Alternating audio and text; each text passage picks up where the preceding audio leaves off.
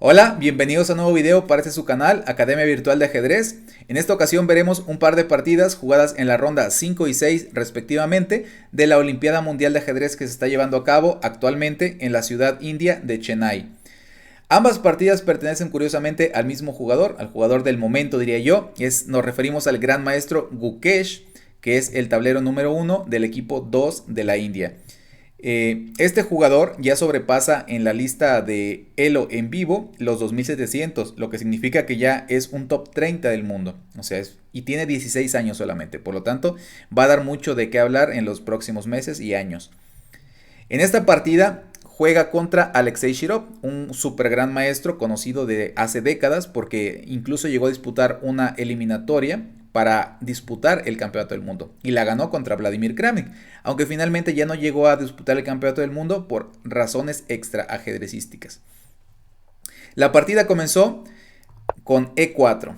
Shirov es blancas, jugó E4, Gukesh respondió con C5, caballo F3, caballo C6, caballo C3, y aquí comenzamos con lo extraño, digamos. Shirov se ha caracterizado siempre por jugar de manera muy creativa, digamos, y en esta ocasión caballo C3 probablemente sea con la idea de sacar un poquito de la teoría del rival, aprovechándose de la inexperiencia que pueda tener debido a su corta edad. Le quiere jugar algo no tan empleado porque hay una gran probabilidad de que no lo conozca o no lo conozca tan bien.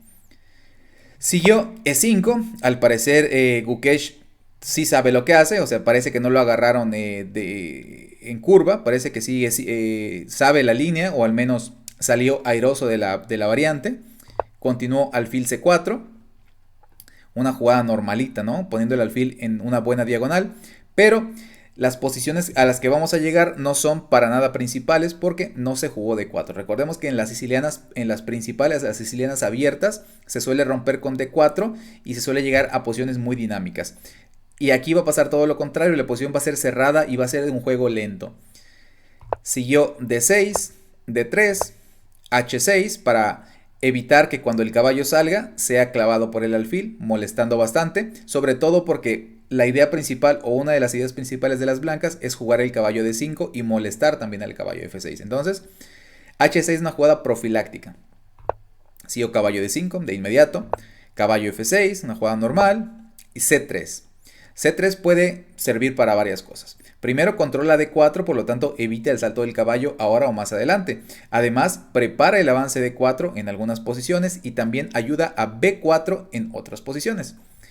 Siguió alfil E7, A3. Ahora probablemente lo que quiera A3 es jugar B4 con un doble propósito. Si te comen, comer con A y abrir la columna para la torre.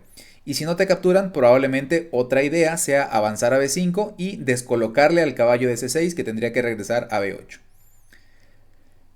Siguió A5, justamente una jugada que evita la jugada mencionada anteriormente, que recordemos que el plan del blanco era B4, pues A5 simplemente lo evita de tajo.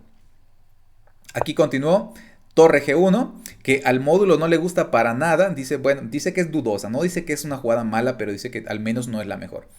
Y da como mejor una variante un poco extraña, típica de módulo, con caballo por F6, alfil por F6, dama B3, normal, ¿verdad? Haciendo una batería sobre el peón de F7, enroque para defender el punto, A4, caballo E7, torre G1, más o menos con la misma idea que utilizó Shirov en la partida. Torre G1 parece muy extraña, pero lo que intenta es abrir la columna G mediante el avance del peón a G4 y a G5 para abrir la columna. Y después, por ejemplo, de caballo G6, alfil E3, caballo F4, recomienda G3, que no parece para nada humana. Y después de caballo H3, torre F1, alfil G4, y ya no nos muestra más. Pero es una variante que muy difícilmente va a jugar una persona, ¿no? No parece tener demasiado sentido, aunque probablemente sí lo tenga, ¿verdad? Pero es un poquito complicado para los humanos encontrar planes tan extraños. Lo que se me ocurre aquí quizá que podamos cambiar el caballo acá, porque el caballo está un poquito molesto aquí. Lo cambiamos en G1, después intentaríamos jugar en algunas posiciones F3 o F4 para correr al alfil o F4 para abrir la posición.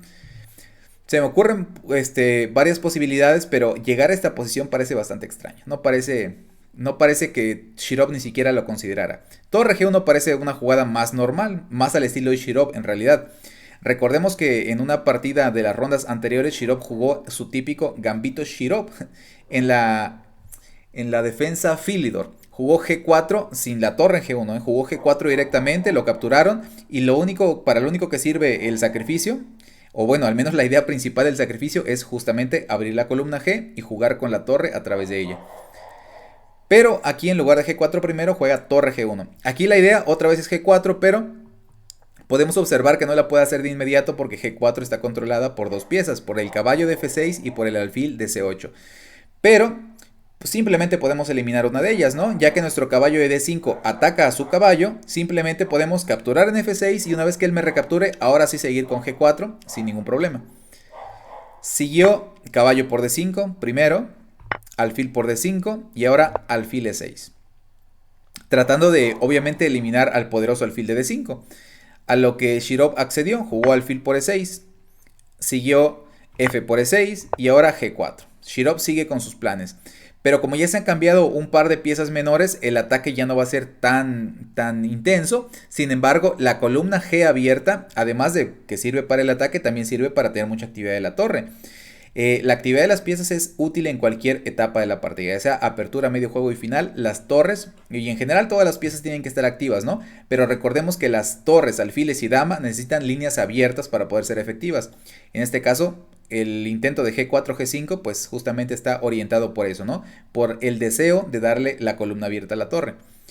Siguió dama D7, G5, siguiendo con la misma idea, H por G5, alfil por G5, alfil por G5, torre por G5. Y ya, las blancas cumplieron su objetivo de darle a su torre la columna abierta, pero es verdad que las negras también consiguieron lo suyo, ¿no? Estos peones que parecen bastante extraños, realmente son muy sólidos, sobre todo el peón de E6, que pareciera que es el peón débil porque es el peón doblado y que está detrás, que no puede avanzar y todo.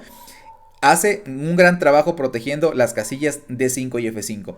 Los peones centrales, los peones aislados o doblados, perdón, suelen ser débiles, pero cuando están en el centro no lo son tanto, tienen digamos su compensación. Después de torre G5, simplemente Gukesh se enrocó largo, porque evidentemente corto pues no tiene ningún sentido, ¿no? Ya que la torre está justamente en la columna G. Después de enroque largo, dama E2, torre F8. Siguió enroque largo del blanco también, torre F7. Torre F7 probablemente con la doble idea, primero defender en G7 y la otra quizá doblar torres y venir a atacar sobre la columna F, atacar al caballito F3. Siguió torre G2, probablemente preparándose para torre F8, ¿verdad? Ahora sí puedo quitar el caballo libremente, ya que el peón de F7 estaría defendido por dos piezas, así que no habría mayor problema. Siguió A4, A4 es bastante interesante porque en ocasiones puede amenazar ideas del tipo caballo A5, caballo B3, dándole al caballo el punto fuerte B3. Para los que no lo recuerden, un punto fuerte es una casilla que no puede ser defendida o amenazada por ningún peón rival. En este caso, como B3 no puede ser defendida por ningún peón blanco porque ya avanzaron ambos, se considera un punto débil, ¿vale? Entonces después de A4 siguió torre de D a G1, B5, caballo G5 atacando la torre, simplemente se quita a E7 y siguió D4. D4 podría parecer que no se puede jugar porque está controlado por tres piezas, por dos peones y por el caballo, pero la idea del blanco es comerse el peón de B5, es decir, D4 lo utiliza como un ataque a la descubierta sobre el peón de D5. El negro jugó E por D4, dama por B5 continuó y ahora caballo E5. Tratando de defender el peón de A4 con la dama. Ofrece el cambio de damas al mismo tiempo, impide que se coman al peón de A4 directamente. Después de caballo E5 siguió dama A6, jaque, dama B7, dama por B7, rey por B7 y ahora sí peón por peón. A lo que siguió, peón por peón otra vez, torre D1, tratando de atacar al peoncito que ha quedado indefenso temporalmente. Siguió caballo C6, defendiéndolo, F4 y E5. Ahora viene un momento bastante importante de la partida porque parece que es el que determina la forma en la que se va a jugar el final y las estrategias de ambos bandos. Aquí el blanco decidió jugar F5, pero parece que es un error porque permite que el negro conserve esta fuerte configuración de peones que finalmente es la que le llega a dar la ventaja y la victoria. Parece que era mejor simplemente tomar en E5 y jugar el final tal cual está, pero con estos dos peones no siendo tan fuertes como lo eran, ayudados del peón de D6. Y es que el peón de D6 resultó ser bastante decisivo en esta posición. Después de la jugada F5, siguió caballo A5, como les comentaba. Caballo A5 probablemente busca el punto fuerte B3. Siguió caballo E6. Es verdad que este también es un punto fuerte. Siguió caballo B3 jaque, rey B1 y ahora rey B6. Recordemos que en el final el rey es una pieza de ataque, ¿vale? Por lo tanto tiene que utilizarse también. Es verdad que en la apertura y en el medio juego normalmente el rey está enrocado, tratando de estar en la seguridad tan seguro como se pueda, pero en el final cuando ya no hay tanto peligro el rey tiene que salir a participar. Siguió torre C2, torre H4. Una jugada muy interesante porque me toca directamente al peón que es la base de la cadena de peones. Recordemos que una cadena de peones son cuando están los peones en diagonal, ¿vale? Que se están protegiendo unos a otros. Entonces, esa cadena de peones suele tener su punto débil en el peón más atrasado, ¿vale? En este caso, el peón de E4, ya que no está defendido con ningún peón. Siguió torre C4, contraatacándole en A4. Siguió torre por E4, torre por A4. Y ahora caballo C5, bastante interesante jugada porque propone el cambio de caballos ya que ataca al caballo y también ataca a la torre. Las blancas jugaron torre B4 jaque primero, rey C6 y ahora torre C1. No puedo comerme el caballo evidentemente porque la torre está clavándolo, así que siguió torre E2. La torre E2 se activa bastante, recordemos que la torre en séptima siempre suele ser bastante fuerte. Y en este caso pues ataca el peón de H2. Siguió H4 para quitarse de la amenaza y entonces rey D5. Y entonces el rey se vuelve una pieza clave para la victoria del negro, porque se apoya de los peones que parecía que estaban un poquito extraños ahí, y logra hacerse un caminito para llegar a defender al peón de E, que es el que está más pasado. Siguió torre B5, clavando al caballo de C5, y después de rey E4, siguió caballo por C5, peón por C5, torre por C5. Y ahora podemos observar que aunque es verdad que las blancas tienen un peón extra, este no es realmente útil. Porque por ejemplo estos dos peones no tienen posibilidades de pasar porque el peón de G7 los para.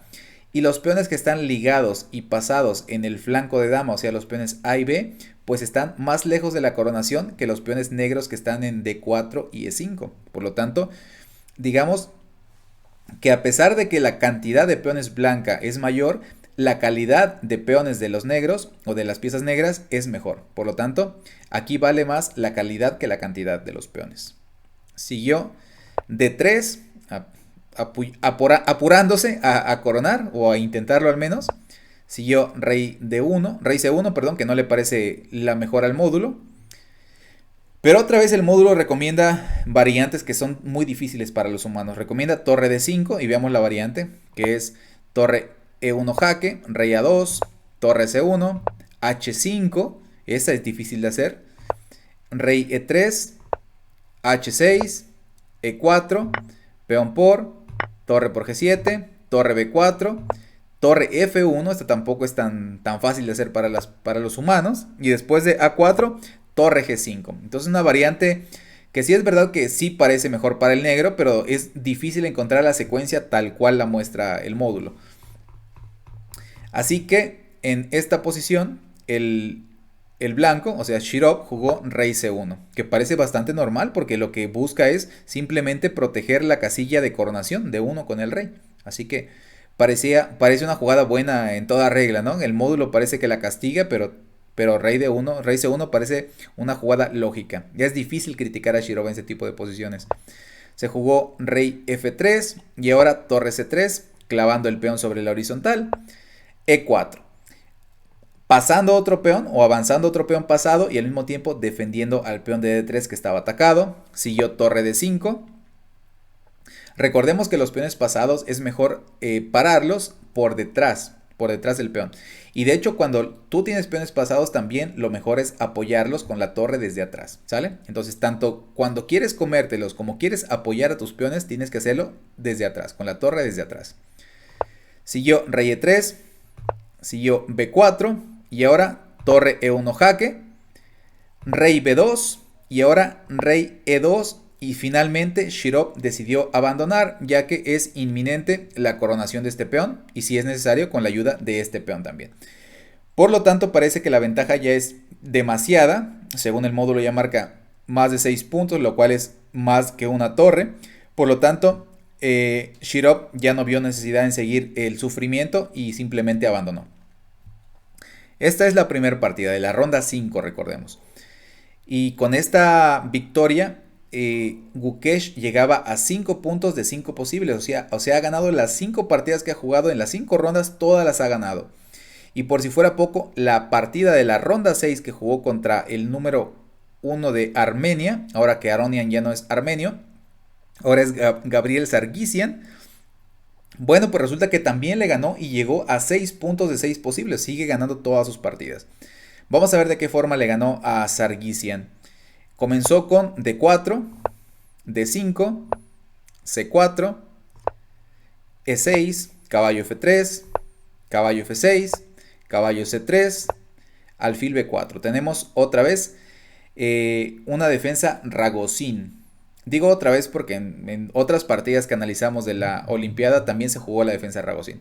Después de alfil B4, siguió dama A4 jaque. Eso es para apresurar la salida del caballo y que este peón quede un poquito incómodo. Se tiene que defender con caballo porque si no estaba siendo capturado el alfil de B4. Siguió E3, jugada normal, enroque corto, alfil D2, D por C4, alfil por C4, todo normal hasta aquí, alfil D6, dama C2. Ya que la dama no tiene ningún sentido aquí, ¿no? Porque no está clavando a nadie. Así que dama C2, mejora un poco la dama.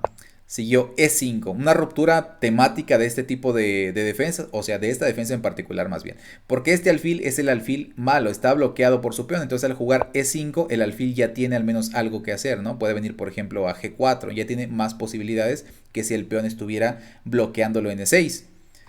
Siguió peón por peón, caballo por, caballo... Bueno, aquí podemos jugar caballo por E5, pero entonces el alfil quedaría en E5 jugando para los dos flancos. Por lo tanto, el blanco decidió jugar alfil E2 mejor. Y después de caballo por F3, decidió comer con G. Esta es una decisión importante. Lo normal desde el punto de vista, digamos, estratégico, es comer con alfil para no deteriorar la estructura de peones, para quedarse con un peón en cada columna, ¿vale? Pero la idea de Gukesh es más dinámica. Eso quiere decir que sacrifica un poquito la estructura de peones porque dobla peones, ¿vale? Aunque los peones en F no son tan terribles como si estuvieran, por ejemplo, en H, digamos. Los peones doblados, mientras más a la orilla estén, mucho peor son, ¿vale? Entonces los peones en F son malos, pero tienen su compensación. Sobre todo en esta posición la compensación es que el peón que comió en F3 defiende una casilla central y además que al abrirse la columna G, el blanco la puede utilizar aprovechando que el negro ya se enrocó corto y ya tenemos un punto de ataque ahí. Siguió A6, enroque largo y después de B5, torre G1, comenzando ya las hostilidades sobre la columna G. Y ahora se jugó B4 tocando el caballito y jugaron caballo E4. Y después de caballo por E4, otra vez tomamos de peón, ¿vale? Llevando el peón todavía más al centro y controlando casillas todavía más importantes. Siguió dama E7 y ahora F4. F4 con la muy probable idea de jugar E5 y molestar a este alfil.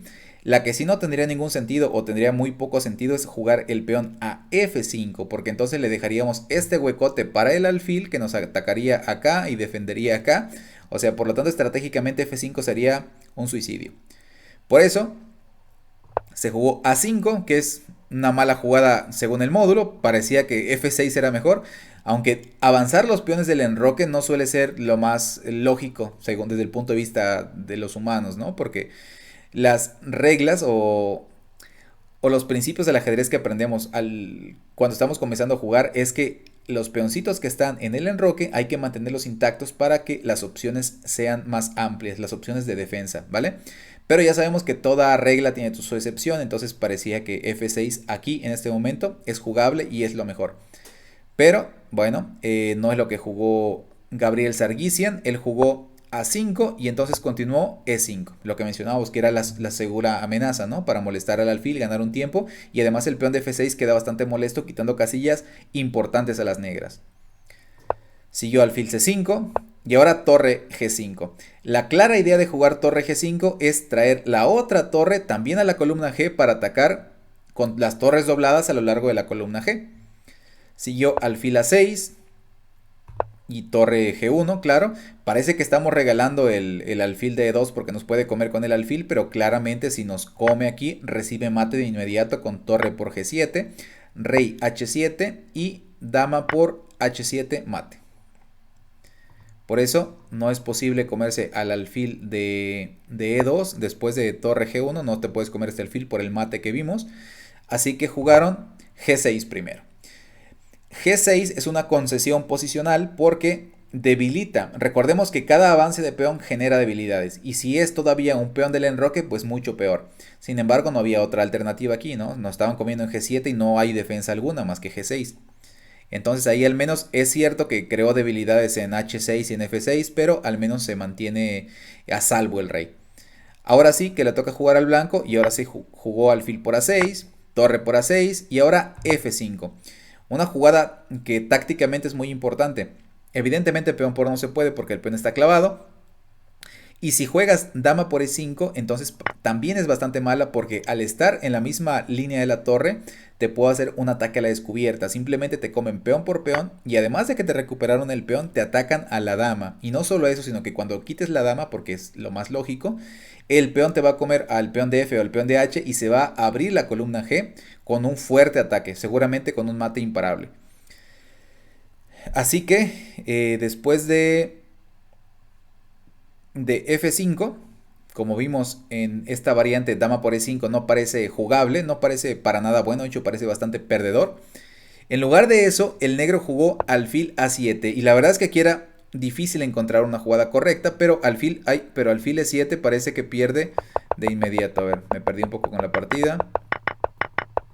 Vamos hasta aquí. Aquí, F5, alfil A7. Alfil A7 parece que pierde de inmediato la partida. Vamos a ver por qué. Según la continuación de... La continuación de Gukesh parece que no es la preferida del módulo. Es decir, no jugó todas las mejores o no toda la línea completa de las mejores. Pero sí una de las líneas preferidas por el módulo. Primero, la primera E6 no le gusta tanto al módulo porque parece que había otra. Parece que la profiláctica rey B1 era mejor. Pero bueno, ese tipo de jugadas profilácticas es difícil encontrar justo el momento para hacerlas porque requieren de un gran cálculo. ¿Vale? Entonces jugó simplemente E6, pero como vamos a ver terminó transponiendo. Siguió rey H8 y ahora sí rey B1 y estamos en la posición a la que de todos modos el módulo quería llegar. Y después de rey B1 siguió G por F5, que es una jugada dudosa, pero vamos a ver cómo la castiga de manera ejemplar Gukesh. Es increíble la combinación porque es bastante forzada y es bastante simple además. O sea, es una jugada, digamos que es una variante que cualquiera de nosotros podría hacer por la sencillez. Pero la verdad es que hay que tener más o menos un buen instinto para llegar a ese tipo de posición para empezar, ¿no? Haber tomado con el peón de G para abrir la columna G, empezar a pensar en el ataque. La jugada de 6 también participa, quiere decir que cada jugada que ha hecho el blanco es importante en el ataque que va a llevar a cabo ahorita. Siguió alfil por B4. Esta jugada es la culminación de toda la estrategia que ha llevado el blanco, ¿vale? ¿Para qué sirve alfil por B4? Pareciera que solamente estamos regalando un alfil y listo, pero la idea es pasar la dama a la columna G. Podemos observar que tenemos a dos torres atacando la columna G y por lo tanto el punto G8. Pero también el negro tiene dos piezas defendiendo, tiene a su torre y a su rey. Y recordemos que cuando queremos ganar una pieza o tener preponderancia en cierto punto, tenemos que atacar con un mayor número de piezas que con las que él defiende. En este caso, si yo ataco con 2 y él defiende con 2, no hay gran cosa que yo pueda hacer. Pero si yo atacara con 3 piezas y él defiende solo con 2, entonces sí le podría ganar la pieza en caso de que esté atacando una pieza o sacar ventaja como en este caso. Aquí después de G por F5... jugó alfil por B4 simplemente para darle la casilla G2 a la dama. Es increíble, increíble todo este truco táctico que encontró Gukesh aquí. Después de alfil por B4, dama por B4. Aquí parece que lo mejor era tomar de peón, pero tomar de dama tiene su idea. O sea, es bastante lógica porque tiene la idea de intercambiar damas. Recordemos que cuando nos están atacando, Simplificar la posición, o sea, cambiar piezas suele ser una buena idea porque eso hace que el ataque se vuelva más débil, ¿vale? Entonces después de que Gukesh jugara dama G2, aquí la amenaza es simplemente mate, ¿eh? Si te llegan a jugar torre G8 tienes que tomar de torre y después te toman de dama por G8 y sería mate. Por lo tanto, urge una defensa.